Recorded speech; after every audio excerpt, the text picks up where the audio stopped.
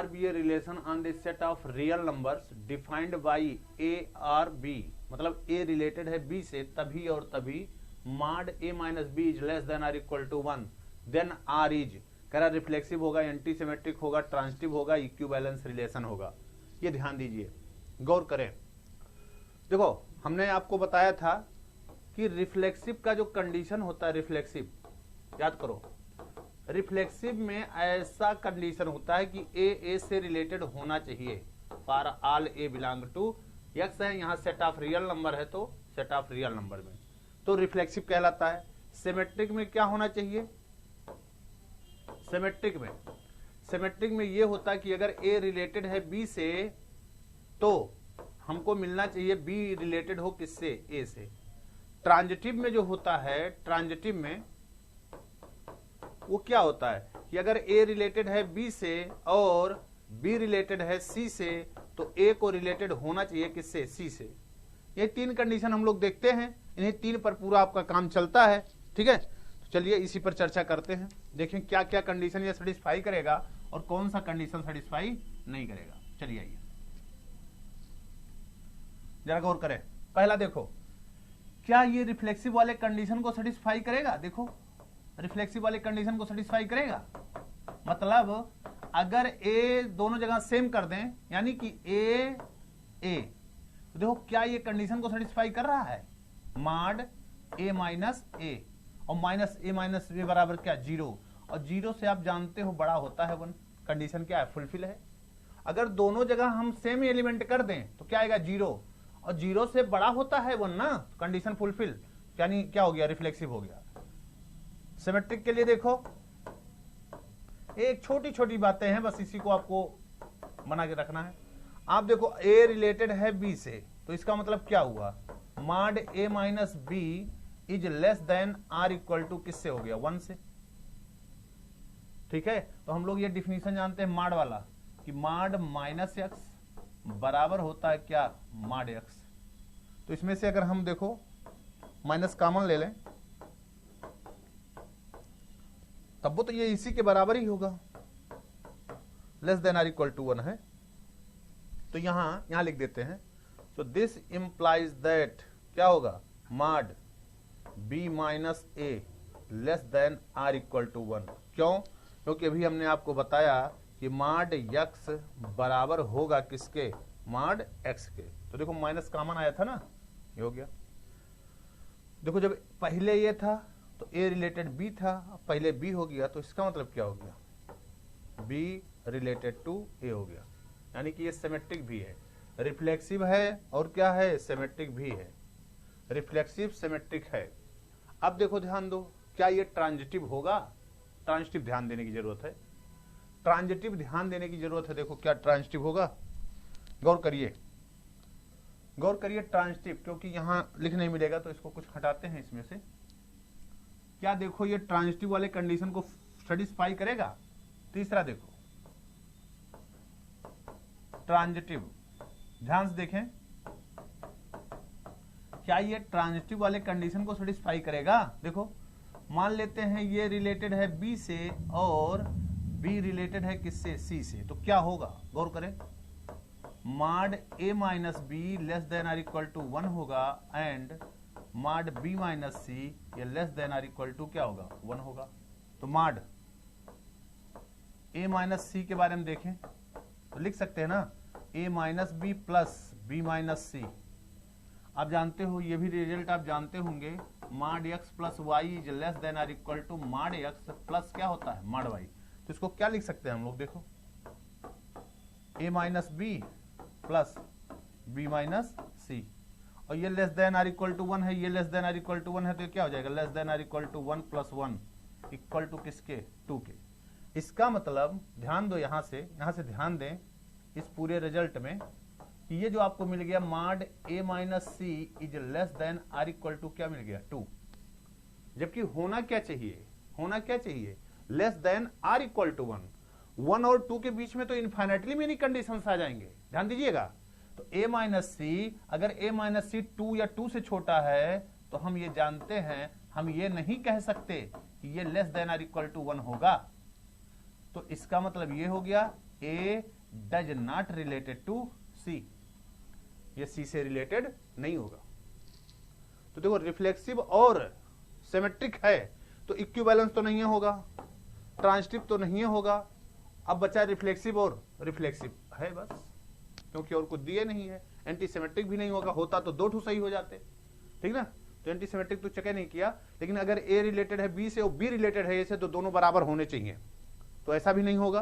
तो यानी ना तो ट्रांजिटिव है और ना तो इक्विवेलेंस है, केवल और केवल एक ही कंडीशन सेटिस्फाई यहां कर रहा है, वो कौन है, रिफ्लेक्सिव है।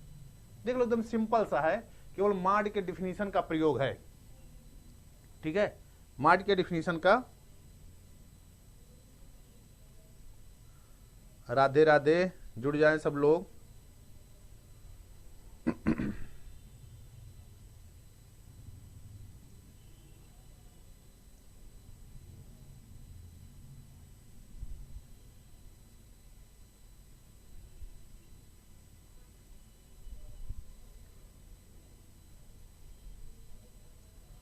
जल्दी करें।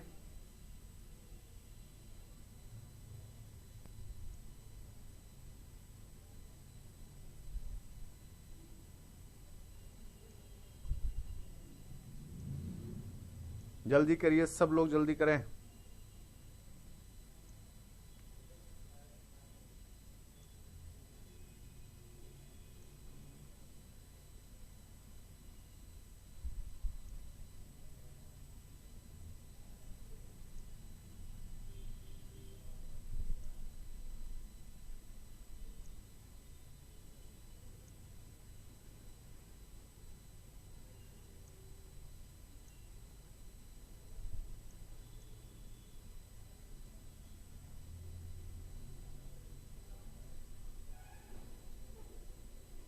ठीक, चलिए आगे क्वेश्चन में देखो, यानी कि यहां पर ना इक्विवेलेंस है, ना ट्रांजिटिव है, ना एंटीसिमेट्रिक है, केवल एक है रिफ्लेक्सिव।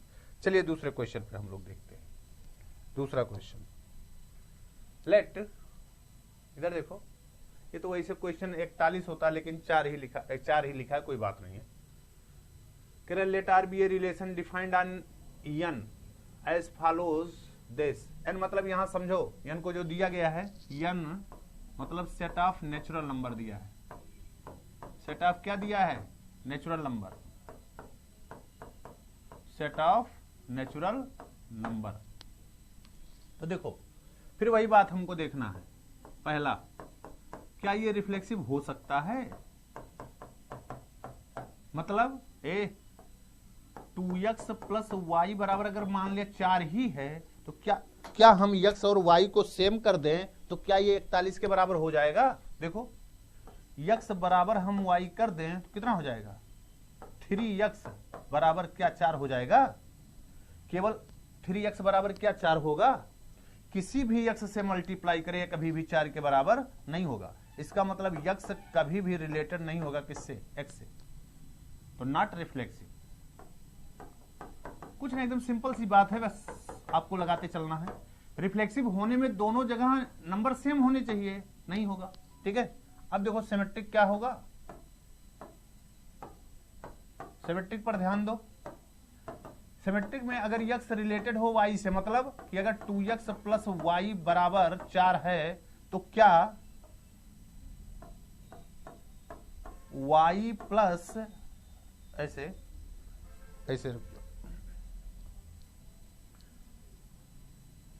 x रिलेटेड है, मान लिया y से, गौर करिए x रिलेटेड है y से, तो इसका मतलब यही हुआ ना कि 2x प्लस वाई बराबर कितना है, 4 है, ठीक ना। तो क्या, तो this is not implies that, यह जरूरी नहीं है कि 2y प्लस x बराबर भी क्या हो जाए, 4 हो जाए। क्यों नहीं है, क्योंकि देखो 2x बराबर 4 है, इसका मतलब x की वैल्यू 1 ले लो, y की वैल्यू 2, x की वैल्यू 1 ले लो और y की वैल्यू 2 ले लो, तो ये सेटिस्फाई कर रहा है। क्या यहां कर दे तो कितना हो जाएगा, देखो, यानी कि x1 रिलेटेड है किससे, 2 से, but 2 does not related to 1। क्यों, कि देखो 2 इंटू 1 प्लस 2 बराबर कितना हो जा रहा है, 4 हो जा रहा है, but but 2 into two plus 1 बराबर कितना हो जा रहा है 5। This is not equal to 4। इसका मतलब अगर 1 2 से रिलेटेड है तो 2 1 से रिलेटेड नहीं है। तो इसका मतलब ये सीधे सीधे का होगा, ना तो रिफ्लेक्सिव है, not reflexive, not symmetric, not symmetric, दोनों नहीं है, ना तो सिमेट्रिक है ना तो रिफ्लेक्सिव है। तो ना तो रिफ्लेक्सिव है ना तो सिमेट्रिक है, केवल एक चेक करना है, कौन? ट्रांजिटिव। चेक करो ट्रांजिटिव है, ट्रांजिटिव है। यहां देख लेते हैं ट्रांजिटिव के लिए, गौर करिए, ध्यान दें। क्या x रिलेटेड है y से, मान लेते हैं, और y रिलेटेड है किससे? z से।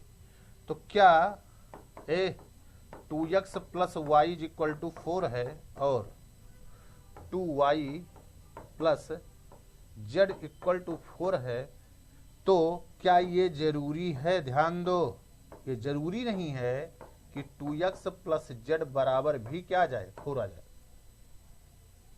ठीक है,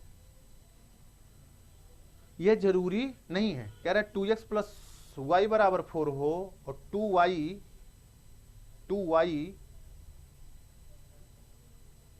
प्लस z बराबर अगर 4 हो, तो ये जरूरी नहीं है कि 2x प्लस z बराबर 4, यानी ट्रांजिटिव भी नहीं है, not transitive.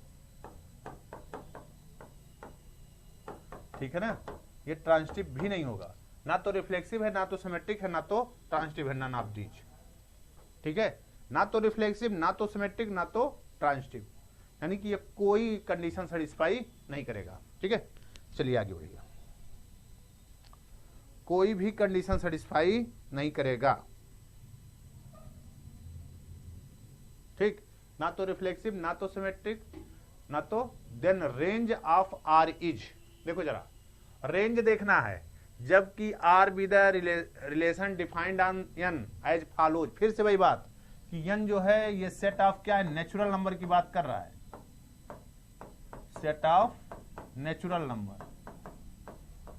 Set of natural number मतलब आप जानते होंगे 1 2 3 4 ऐसे वाला। तो देख लो जरा रिलेशन क्या डिफाइंड है, यहां गौर करो। x plus 2y is equal to 10 है, तो y बराबर कितना है? 10 माइनस एक्स बाई कितना? 2। यही तो है, यानी कि ऐसे रिलेशन, ये रिलेशन जो हमको डिफाइंड किया गया यही किया गया। देखो क्या, x 10 माइनस एक्स बाई 2, ये सच दैट x क्या हो? ये भी नेचुरल नंबर हो, ये भी क्या हो? नेचुरल नंबर हो। तो ऐसे देखो कौन से एलिमेंट आएंगे इसमें, ऐसे कौन से एलिमेंट होंगे, जरा ध्यान दीजिएगा। क्या x की वैल्यू 1 लें तो ये आएगा? देखो यहां ध्यान दो, बात को समझने की जरूरत है। क्या x की वैल्यू 1 लें तो 10 माइनस 1 9 नहीं होगा। x की वैल्यू 2 लें तो देखो क्या आएगा? 2 इधर 2 इधर, तो ये 2 हो जाएगा, और ये कितना होगा? 2 8, यानी कि 4 हो जाएगा। 3 लें 3 तो 10 माइनस 3 7 हो जाएगा, नहीं होगा। 4 लें, ये 4 हो गया, ये 4 हो गया, 10 में से 4 गया 6, यानी कि 3, यानी कि हम इसको अगर 3 लेने पर नहीं 4 ले लें, तो ये 4 अगर इसको 4 लेते हो तो 10 में से 4 गया 3 हो गया। अब ध्यान दो जरा, गौर करो, अगर हम लोग इसे 4 पे नहीं हो, अब 5 ले लें, 5 तो 10 में से 5 बाई 2 यानी 5 होगा, नहीं होगा। 6 ले लें तो 10 में से 6 गया, देखो ध्यान दो, 10 में से 6 गया तो 4, हाँ होगा 6, और 10 में से 6 गया अगर 4 4 2 हो जाएगा, 2 हो जाएगा ना। 6 के बाद 7 नहीं होगा, 8 ले लें, 10 में से 8 गया, 10 में से 8 गया 2 1 हो गया ना। 8 ले लें तो 8 और कितना होगा? अरे ये 8 लोगे, ये 8, ये 8 लें तो ये कितना होगा? 10 माइनस 8 2 2 बाई 2 ये होगा। अब इसके आगे अगर 8 के आगे ले तो 10 लेंगे, इसको 10 इसके आगे, क्योंकि इवन नहीं लेना होगा, 10 लोगे तो ये 0 आ जाएगा, पॉसिबल नहीं है। तो इतने ही एलिमेंट इसमें होंगे। इस रिलेशन में केवल और केवल मात्र इतने ही एलिमेंट हैं। और आपसे पूछा है रेंज, रेंज मतलब कोडोमेन वाले एलिमेंट, तो जो दूसरे पोजीशन पे होते हैं। तो देखो 4 है, 3 है, 2 है और कौन है, तो रेंज वाला क्या होगा? रेंज वाला जो एलिमेंट होगा, रेंज ऑफ आर वो कौन सा एलिमेंट होगा वो तो एकदम ध्यान से इत्मीनान से देख लीजिए क्या आएगा 1 2 3 और 4। बस देख लो कहीं होगा 1 2 3 4, ठीक है ना। ऐसा यक्स दोनों पेयर नेचुरल नंबर ही होने चाहिए, इसी के लिए आपको डिफाइंड ही करना नेचुरल नंबर के लिए, और नेचुरल नंबर के लिए डिफाइंड करना है तो हमको देखना पड़ेगा ना कि यक्स जो नेचुरल नंबर है कौन सा ऐसा नेचुरल नंबर लेंगे। अगर यक्स नेचुरल नंबर है तो हमको यह भी देखना है कि 10 माइनस एक्स बाई 2 भी क्या होना चाहिए नेचुरल नंबर। तो 1 से शुरुआत किया, देखो अगर यक्स की वैल्यू हम 1 लेते हैं, एक्स की वैल्यू 1, तो ये कभी नेचुरल नंबर नहीं होगा, तो यानी 1 पॉसिबल नहीं है। क्या एक्स की वैल्यू 2 से शुरू करो, 2 ले लो, तो 2 लिया तो 10 माइनस 2 बाई 2 मतलब 8, 8 माइनस 2 यानी 4, देखो 2 कामा 4। अब कह रहे 3 ले नहीं सकते क्योंकि ये दूसरा वाला नेचुरल नंबर नहीं होगा, तो 3 के बाद एक्स की वैल्यू हमने कितना ले लिया 4 ले लिया, तो एक्स की वैल्यू 4 लिया तो 10 माइनस 4 बाई 2 यानी 6 बटा 2 यानी 3, देखो 4 कामा 3 आ गया। अब कह रहे हैं आपका 4 हो गया, 5 होगा नहीं, फिर 6 यानी एक्स की वैल्यू अगर 6 ले लेते हैं, तो एक्स की वैल्यू अगर 6 ले लेते हो तो देखो 10 माइनस 6 बाई 2, 10 में से 6 गया 4 बाई 2 यानी 2। क्लियर। अब 6 के बाद 7 लेना नहीं है क्योंकि 8 हो जाएगा जो कि डिवाइड नहीं करेगा, तो यानी कि 8 ले लो, एक्स की वैल्यू 8 ले लिया। अब एक्स की वैल्यू 8 लिया तो वाई की वैल्यू क्या आएगी, देखो 10 minus 8 by 2, 10 minus 8 minus 2 by 2 मतलब 2 बाई 2 1 हो गया, ये 8 कामा 1। तो जो y की वैल्यू होती है उसी को तो रेंज का एलिमेंट कहते हैं, ये हो गया 1 2 3 4 4, ठीक है ना। क्लियर। क्योंकि ये नेचुरल नंबर के ऊपर रिलेशन डिफाइंड है, तो ये जो पेयर है ये पूरा ये होना चाहिए किसका, n क्रॉस n का भी, मतलब ये भी नेचुरल नंबर हो ये भी नेचुरल नंबर हो, तभी तो आपने ये कंडीशन लगाया, ठीक है। आप समझ गए होंगे। चलिए आगे बढ़िए। चौथा, x बिलोंग टू इतना, तो ये देखो वैसे ये इसका क्वेश्चन है नहीं लेकिन फिर भी लिखा है तो कर देते हैं। ये देखो a में क्या है, a सेट जो है यक्स और कामा y के जगह पर कितना 1/x, यही ना, जबकि यक्स क्या है नॉन जीरो है, ये हो गया। और b जो दिया है b को देखो जरा, b क्या है यक्स, और दूसरा y के जगह पर क्या दिया है माइनस एक्स, ये भी, ये सब रियल नंबर वाले हैं।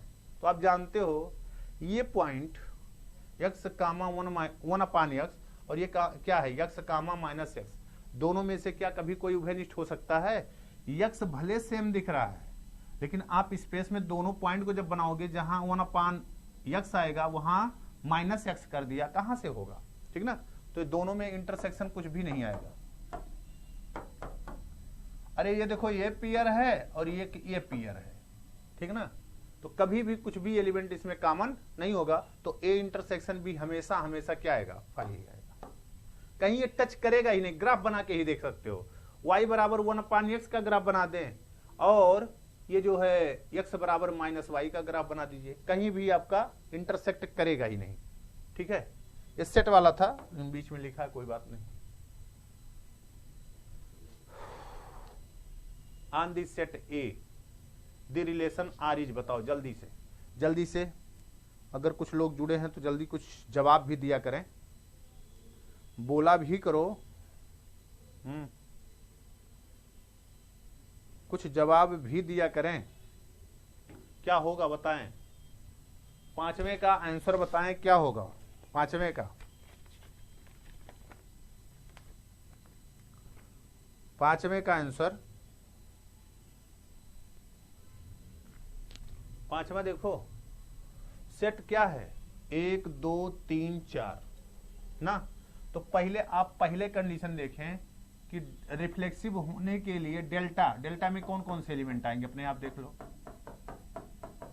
1 कामा 1 2 कामा 2 3 कामा 3 और 4 कामा 4। क्या है ये एलिमेंट इसमें है, नहीं है, यानी डेल्टा जो है वो सबसेट नहीं है आर का, सो नॉट रिफ्लेक्सिव, पहला काम खत्म है।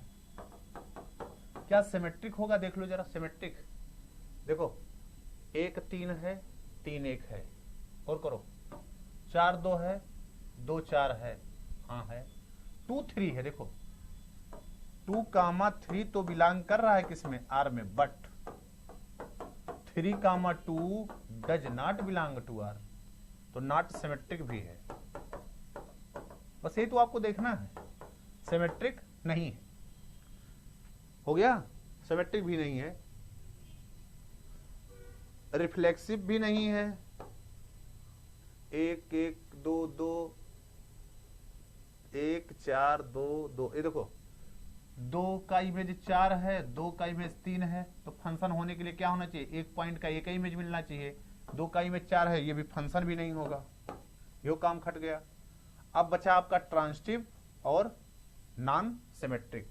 तो देखो क्या ये ट्रांजिटिव है, गौर करिए, 3 पे खत्म, देखो 3 पे खत्म है, 3 से शुरू, ट्रांजिटिव भी नहीं है। 1 3 ऐसे एक एलिमेंट देखो ना, ज्यादा देखने की आपको जरूरत ही नहीं।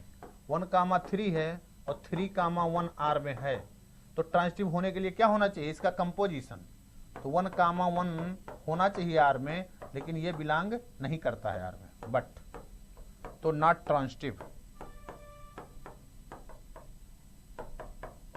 ठीक है, तो ना तो रिफ्लेक्सिव है, ना तो फंक्शन है, ना तो ट्रांजिटिव है, और सिमेट्रिक भी नहीं है। सिमेट्रिक नहीं है तो क्या, नॉन सिमेट्रिक। ठीक, देखो एकदम सिंपल सा क्वेश्चन, लेकिन आपको बस जब डिफिनीशन पता होगा तब आप कर सकते हैं, डिफिनीशन ही नहीं पता तो करेंगे क्या। ठीक है, बहुत अच्छा क्वेश्चन था कि देख करके आप तुरंत बताएं कि होगा कि नहीं होगा। तो रिफ्लेक्सिव देखने के लिए हम डेल्टा देखते हैं, डेल्टा मतलब डायगोनल रिलेशन को देखते हैं। डायगोनल रिलेशन जो है, रिलेशन के अंदर कंटेंड होना चाहिए, तो इस सेट के लिए डायगोनल एलिमेंट ये है, एक भी एलिमेंट नहीं है डायगोनल का, तो रिफ्लेक्सिव होने का चांस ही खत्म हो गया, पहला काम। दूसरा, सिमेट्रिक होना चाहिए, तो सिमेट्रिक देखो, अगर A B है तो B A होना चाहिए, निकालने की और कुछ जरूरत नहीं है। तो देखो 1 3 है, 3 1